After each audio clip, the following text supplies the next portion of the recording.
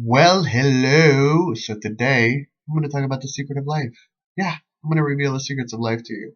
So it can basically be broken down into two elements: do unto others as you would like them to do unto you, and let he who has not sinned cast the first stone. Those are both teachings from Jesus. Jesus came back with parables because we didn't really understand the Torah back then. I know to kind of get us back on track into the heart, into the soul of the Torah, and that was really beautiful. And that's why Jesus resonates with so many different people, because Jesus was. Here's the issue: when the Bible was deciphered, plagues were revealed into the world. Now it says so itself. Do not change me unless you want plagues to revealed into the world, right? Well, by deciphering it, plagues were revealed into the world. Because it looked at it from a completely different way. In the Torah, as you can see in the background, um, it has the 72 names of God. Each number has a numerical value. When you remove it from the numerical value, when you remove it from the secrets, there's the book, the Bible Code, that talks about how, the death of Martin Luther King Jr. and the time and where it happened, that those can be found within the Torah. What? Yeah, that's kind of nuts, right?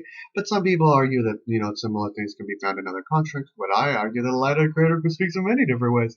But that's a whole different video. So, getting back on track, uh, do unto others as you would like them to do unto you.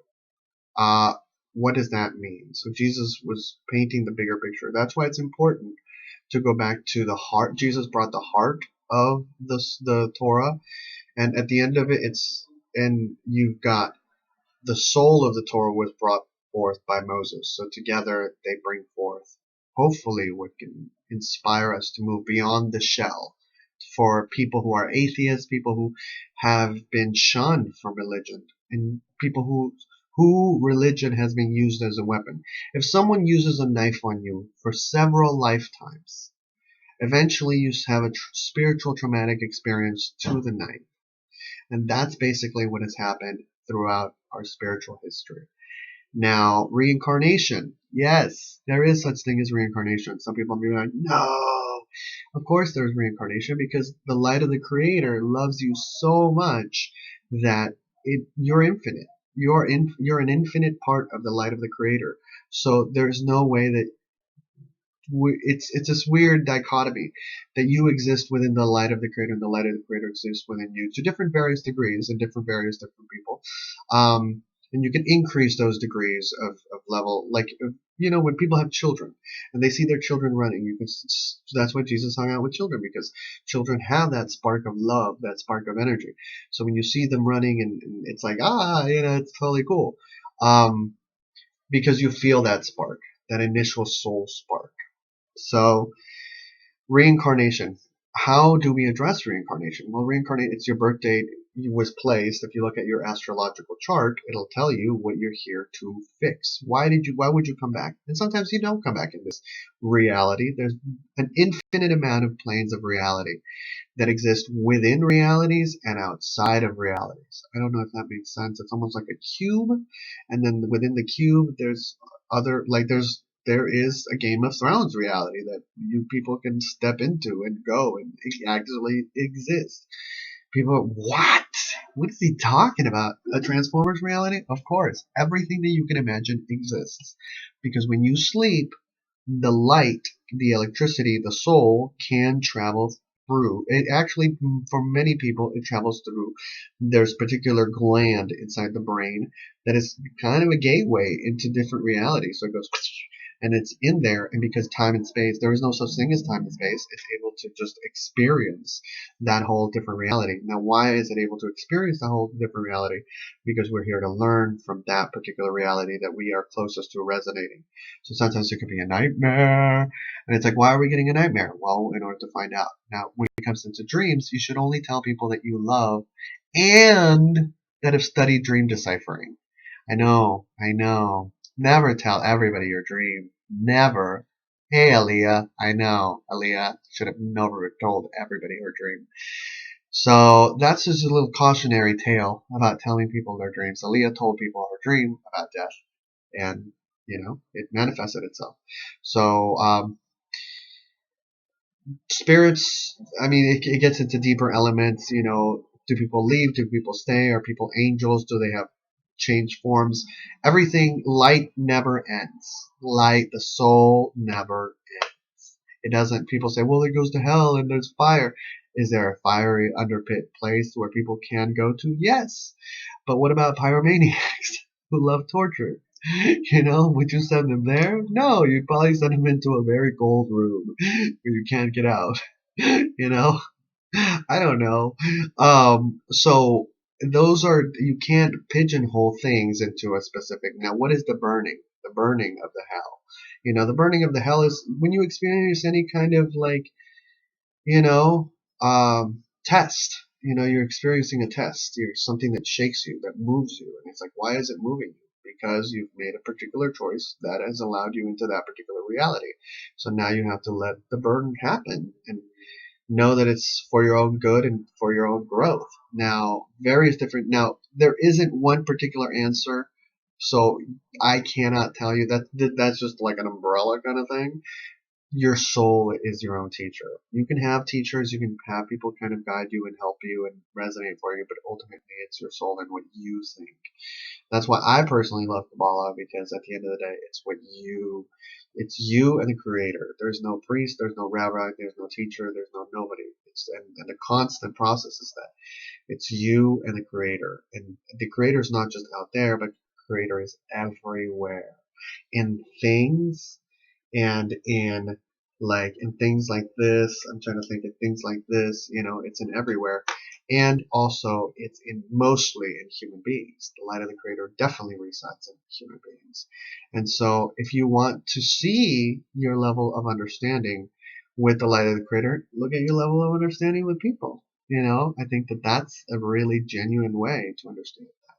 Now, that he who has not sinned cast the first stone. Basically, we are not the light of the Creator. There's a certain level of division that we've created. So, I've done so many takes, so I don't know if I've already talked about it. Oh, I didn't talk about the clock of reincarnation.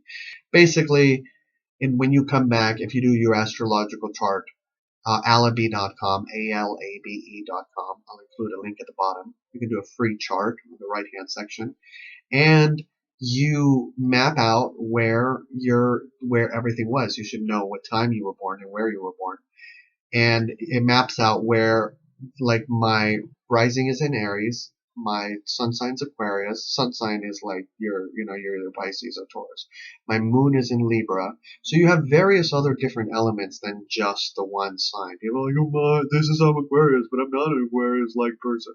Like, well, you may have a rising of Taurus or a rising of Scorpio. I don't know. So it just depends on the setting of where you are at.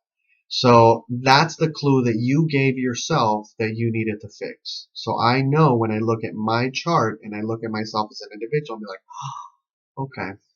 So when you know better, you do better. And it's a constant process of elevating. Now, I study Kabbalah because the whole thing about Jesus and how it's getting back to the roots and how it's a whole puzzle that talks about stuff. I made so many videos that I don't even know that's that one. So, yeah, so it's a puzzle. It's a puzzle to reality, and you unlock it. The more you dive into it, the more excited you get that the light of the Creator is in everything. So it's in Soundwave, and it's in. Can I step into the Transformers reality? Yes. Do I want to? I don't know. We've seen movies where we're bridging that gap of robots and humans. Do we want that? I don't know. We're bridging that gap of superhumans, and then the Olympics. They're talking about people being on specific elements. Those questionable activities of those different things. So what choices are we making? Why are we making them? And what's our consciousness? Lastly, I want to leave you with this concept. When I see ants here, I put my finger down close to them and they run around, or they'll run away, right? They'll run away because they know that's the danger. If a giant Godzilla-like creature, Hasa Shalom, came over the mountain, I would run away. I would call the police and I would be like, you guys see that, right? And they might be like, what? Because they might think I'm on drugs. And I'm like, no, you see the Godzilla. And then if they said yes, then I would run. I would grab my stuff and I would run. Now, because there's a certain level of fear that we have built up.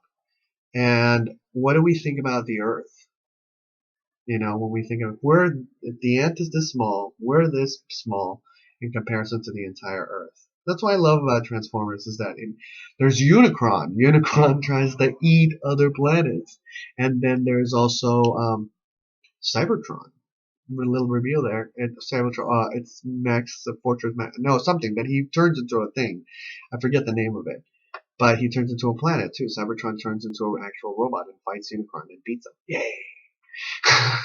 So, you know, that's what do we want? We're all living in this planet.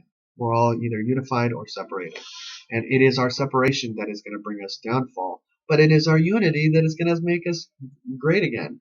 And it is also our love for one another. It's also our unity and our love. It's what's going to make us great again. So thank you. And I wish you a wonderful, wonderful, wonderful year.